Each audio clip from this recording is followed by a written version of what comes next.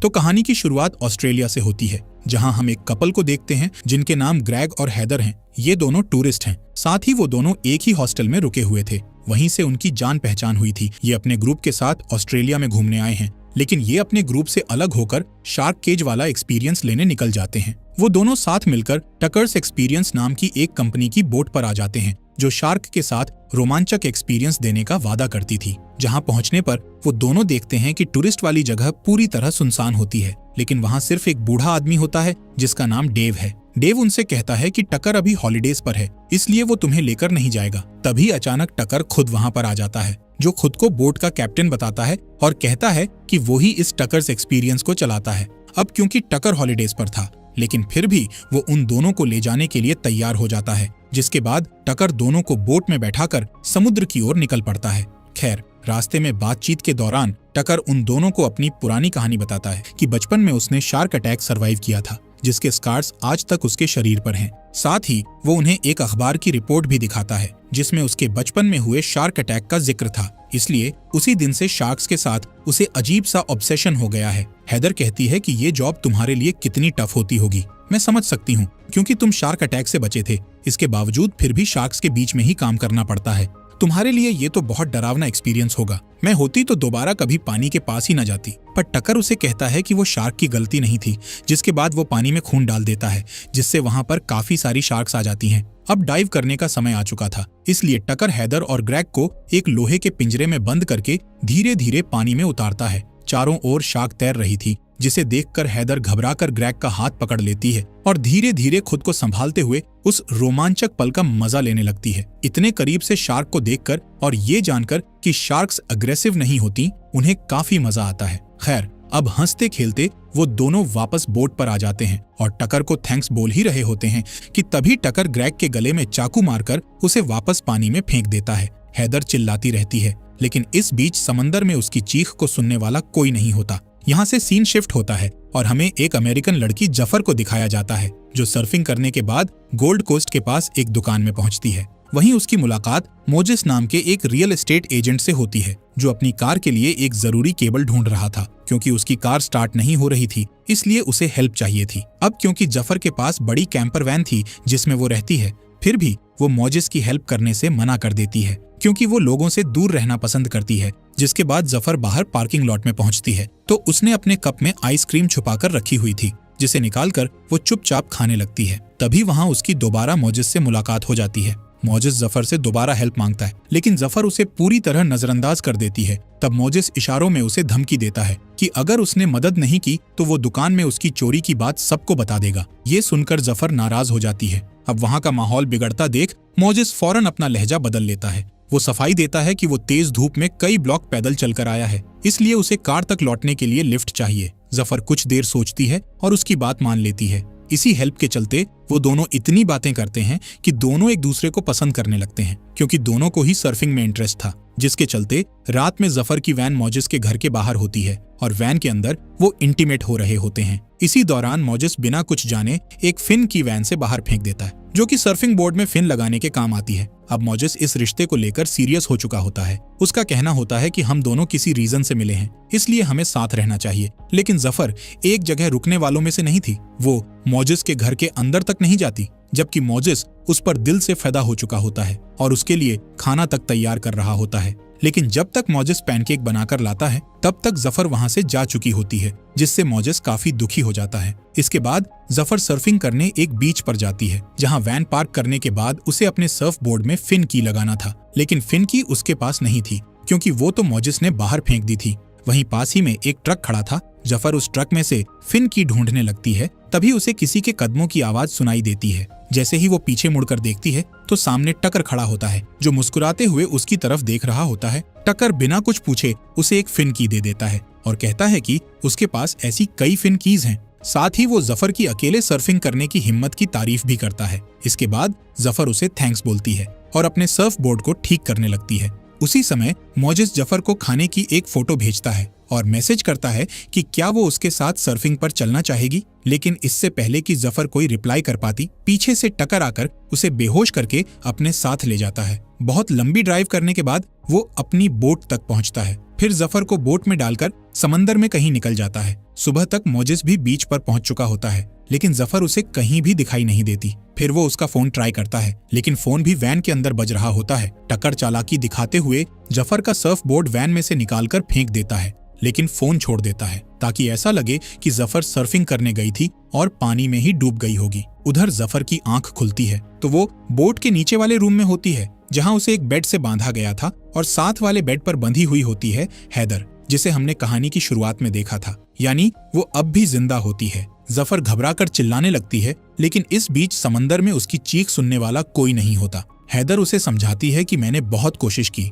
लेकिन यहाँ समंदर में हमारी आवाज सिर्फ हम तक ही आती है। साथ ही वो बताती है कि वो खुद यहाँ बहुत समय से फंसी हुई है। ये सुनकर जफर और भी ज्यादा घबरा जाती है। जफर हथकड़ी खोलने का कोई सामान ढूंढने लगती है, लेकिन ऐसा कुछ भी उनके आसपास नहीं होता। इसी बीच जफर की नजर दीवार पर पड़ती है, जिस पर एक लड़की का नाम लिखा होता है। उस नाम को देखकर जफर कुछ देर के लिए सुन्न रह जाती है, क्योंकि उसे पता चल जाता है कि यहाँ पहले भी किसी लड़की को कैद किया गया था, जिसने उम्मीद हारकर दीवार पर अपना नाम लिखा होगा। जब उसे यकीन हो गया होगा कि अब वो नहीं बच पाएगी, उधर टकर आराम से डेक पर बैठकर मछली पकड़ रहा होता है। इसी बीच जफर हैदर से पूछती है कि क्या तुम्हें कोई ढूंढने आएगा। हैदर बताती है कि मेरे साथ एक लड़का था इसी बोट पर, लेकिन उसके साथ क्या हुआ ये तुम जानना नहीं चाहोगी। पर जफर उसकी बातों से ही समझ चुकी होती है कि उसके साथ क्या हुआ होगा। फिर हैदर वही सवाल जफर से पूछती है। जफर हल्की मुस्कान के साथ उदासी छिपाते हुए कहती है कि मुझे भी कोई मिस नहीं करेगा। लेकिन जफर को ये नहीं पता होता कि मोजिस अब भी उसके बारे में सोच रहा था।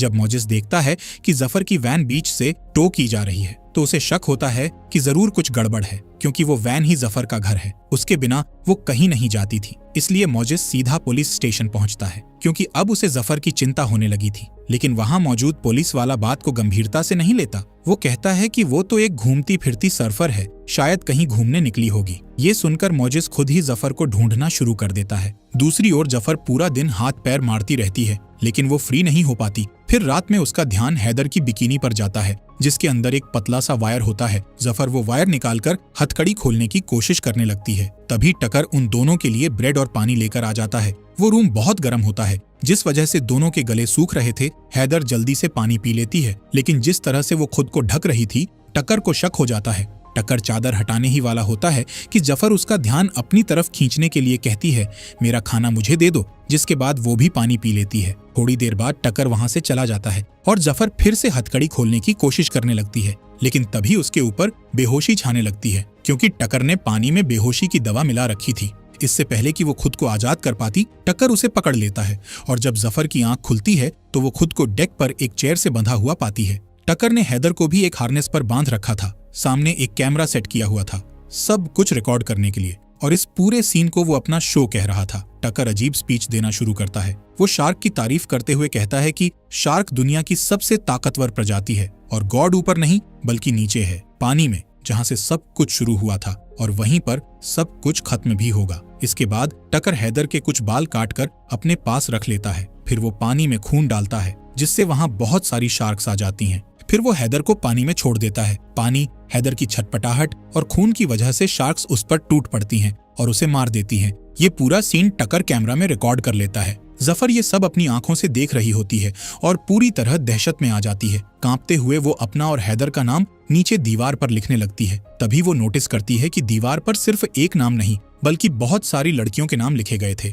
जिन्हें बाद में पेंट करके छुपा दिया गया था। यानी टकर सिर्फ एक साइको नहीं बल्कि एक सीरियल किलर भी है, जो कई टूरिस्ट लड़कियों की जान ले चुका है। इसका सबूत उसके पास रखी हुई वीडियो टेप्स का कलेक्शन था, जिनके साथ उन लड़कियों के बाल भी रखे हुए थे। अब इनमें एक नई टेप जुड़ चुकी थी, हैदर की, और अगली टेप बनने वाली थी जफर की। अगली सुबह हम हैदर का बचा कुचा हिस्सा पानी में तैरते हुए देख पाते हैं, जो काफी डरावना लगता है। उधर मोजिस अब भी जफर की तलाश में बीच पर भटक रहा होता है। तभी उसे जफर का सर्फ बोर्ड मिल जाता है, जिसे देखकर उसकी चिंता और बढ़ जाती है, क्योंकि जफर का सारा सामान वहीं था, लेकिन वो खुद कहीं भी नहीं थी। यानी कुछ तो गड़बड़ थी। रात होते ही टकर फिर से नीचे आता है। वो जफर के लिए पानी और ब्रेड लेकर आता है, लेकिन जफर गुस्से में लात मारकर सारा सामान गिरा देती है और टकर को गुस्से में कहती है, तू खुद को शार्क समझता है, पर असल में तू बस एक कीड़ा है। ये सुनकर टकर कुछ नहीं बोलता और वहां से चला जाता है। थोड़ी देर बाद जफर का ध्यान उस बाल्टी पर जाता है जो पास में रखी होती है। वो बाल्टी का हैंडल तोड़कर उससे एक नुकीला हथियार बना लेती है, क्योंकि उसे पता था कि टकर फिर से आने वाला है। अब क्योंकि जफर ने पानी नहीं पिया था, इसलिए टकर उसे बेहोश करने के लिए एक इंजेक्शन लेकर आता है। लेकिन जैसे ही वो पास आता है, जफर उस पर बाल्टी के नुकीले हैंडल से हमला कर देती है और वो हैंडल उसके अंदर घुसा देती है, जिससे टकर चीखते हुए दूर गिर जाता है। फिर जफर जल्दी से उसकी पैंट से चाबी निकालकर खुद को फ्री कर लेती है, लेकिन जैसे तैसे टकर उसके पैर में इंजेक्शन लगाने में कामयाब हो जाता है, जिससे वो धीरे धीरे बेहोश होने लगती है। ऊपर जाकर जफर रेडियो के जरिए मदद मांगने की कोशिश करती है, लेकिन उसे कोई रिस्पॉन्स नहीं मिलता। तभी उसे दूर एक बोट दिखाई देती है। वो जोर जोर से चिल्लाती है, लेकिन उस बोट पर पार्टी चल रही होती है और उसकी आवाज वहां तक नहीं पहुंच पाती। इतने में टकर भी ऊपर आ जाता है। जफर उसका कैमरा उठा लेती है, जिसे टकर उससे वापस मांगता है, लेकिन जफर गुस्से में वो कैमरा पानी में फेंक देती है और इसी प्रोसेस में वो खुद भी पानी में गिर जाती है। वो इस उम्मीद में तैरती है कि शायद वो सामने वाली बोट तक पहुंच जाएगी, लेकिन बीच में ही बेहोश हो जाती है। टकर उसे पानी से बाहर निकालकर वापस बोट में ले आता है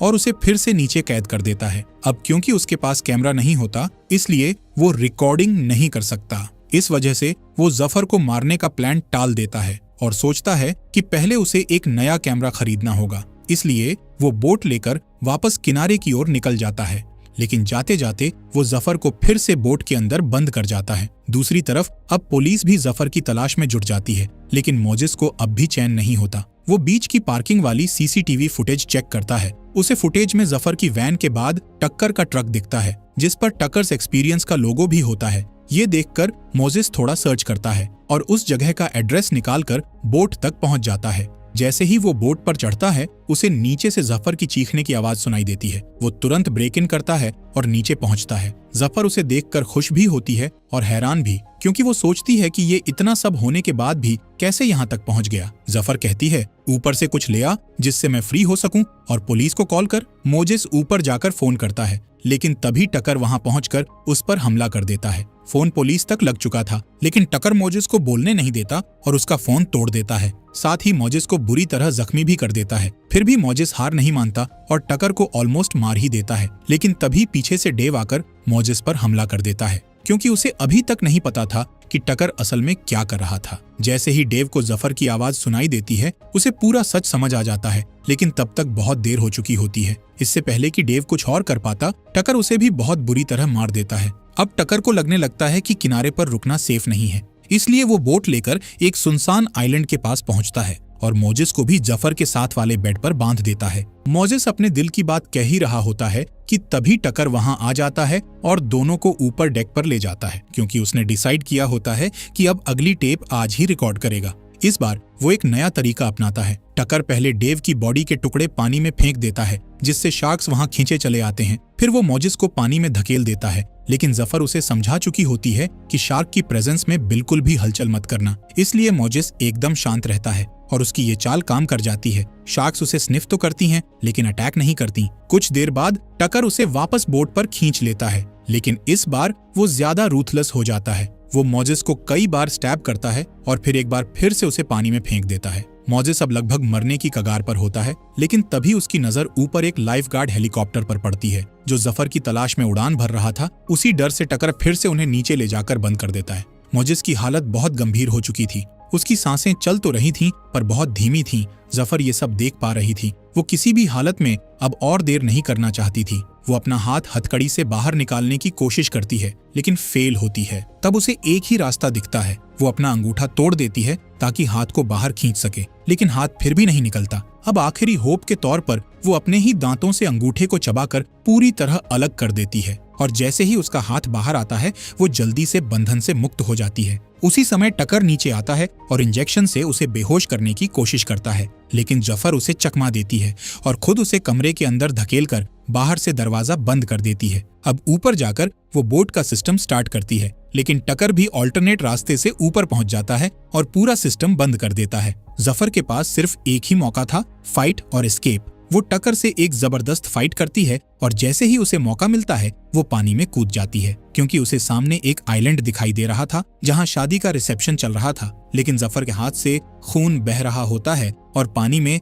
शार्क्स भी मौजूद होती हैं। ऊपर से टकर भी एक छोटी बोट लेकर उसके पीछे लग जाता है। जफर जान बचाकर आइलैंड तक पहुंचती है, लेकिन वो कुछ कर पाए इससे पहले ही टकर उसे फिर से पकड़ लेता है और उसे बेहोश करके वापस अपनी बोट पर ले आता है। इस बार टकर को पूरी तरह यकीन हो जाता है कि असली खतरा मोजिस नहीं बल्कि जफर है, इसलिए वो इस बार रोल बदल देता है। अब चेयर पर वो मोजिस को बांधता है और हार्नेस पर जफर को लटका देता है और अपना नया शो रिकॉर्ड करने की तैयारी करने लगता है। इसी बीच वहां एक ग्रेट व्हाइट शार्क आ जाती है, जिसे देखकर टकर तक हैरान रह जाता है, क्योंकि बाकी सारी शार्क उस शार्क के आते ही भाग जाती हैं। टकर काफी देर तक उस शार्क को देखता रह जाता है। उसे याद आता है कि बचपन में उसी ने उस पर हमला किया था, पर वो अब भी उस शार्क से मोहब्बत करता था। उसके मुताबिक वही उसका गॉड था। फिर वो बिना देर किए जफर को पानी में छोड़ देता है, पर जफर अब भी पूरी तरह होश में थी। टकर एक हार्पून उठाता है ताकि वो शार्क को उकसा सके, लेकिन वो हार्पून उसके हाथ से छूटकर जफर के पास पहुंच जाता है। जफर उसी हार्पून से खुद को फ्री करती है और पानी में गिर जाती है, जहां उसकी नजर शार्क पर पड़ती है और वो एकदम पास से उसे देखती है। शार्क उसकी तरफ आती जरूर है, लेकिन कोई नुकसान नहीं पहुंचाती। शायद उसे भी जफर में कुछ अलग दिखता है। वो भी एक सर्वाइवर थी जैसे वो खुद था। जफर को और भी हिम्मत मिलती है। वो दोबारा बोट पर चढ़ती है और टकर से एक जबरदस्त फाइट करती है। टकर ताकतवर होता है और जफर को ऑलमोस्ट दबोच ही लेता है, लेकिन तभी पीछे से बुरी तरह जख्मी मोजिस आ जाता है और टकर के सिर पर एक लोहे की रॉड से वार कर देता है। टकर का संतुलन बिगड़ जाता है और वो डेक से सीधे पानी में गिर जाता है। पानी में गिरते ही टकर के जख्म से खून बहने लगता है और खून की गंध से वो सभी शार्क्स जिन्हें वो अब तक अपना गॉड समझता था उसकी तरफ खींची चली आती हैं। टकर डर के मारे चिल्लाने लगता है, लेकिन किसी ने उसकी नहीं सुनी। कुछ ही सेकंड में वो सब शार्क्स उस पर टूट पड़ती हैं और टक्कर को बुरी तरह नोच नोच कर मार डालती हैं। जिस तरह उसने अब तक लड़कियों की टेप्स रिकॉर्ड की थी, अब उसकी मौत का लाइव शो चल रहा था,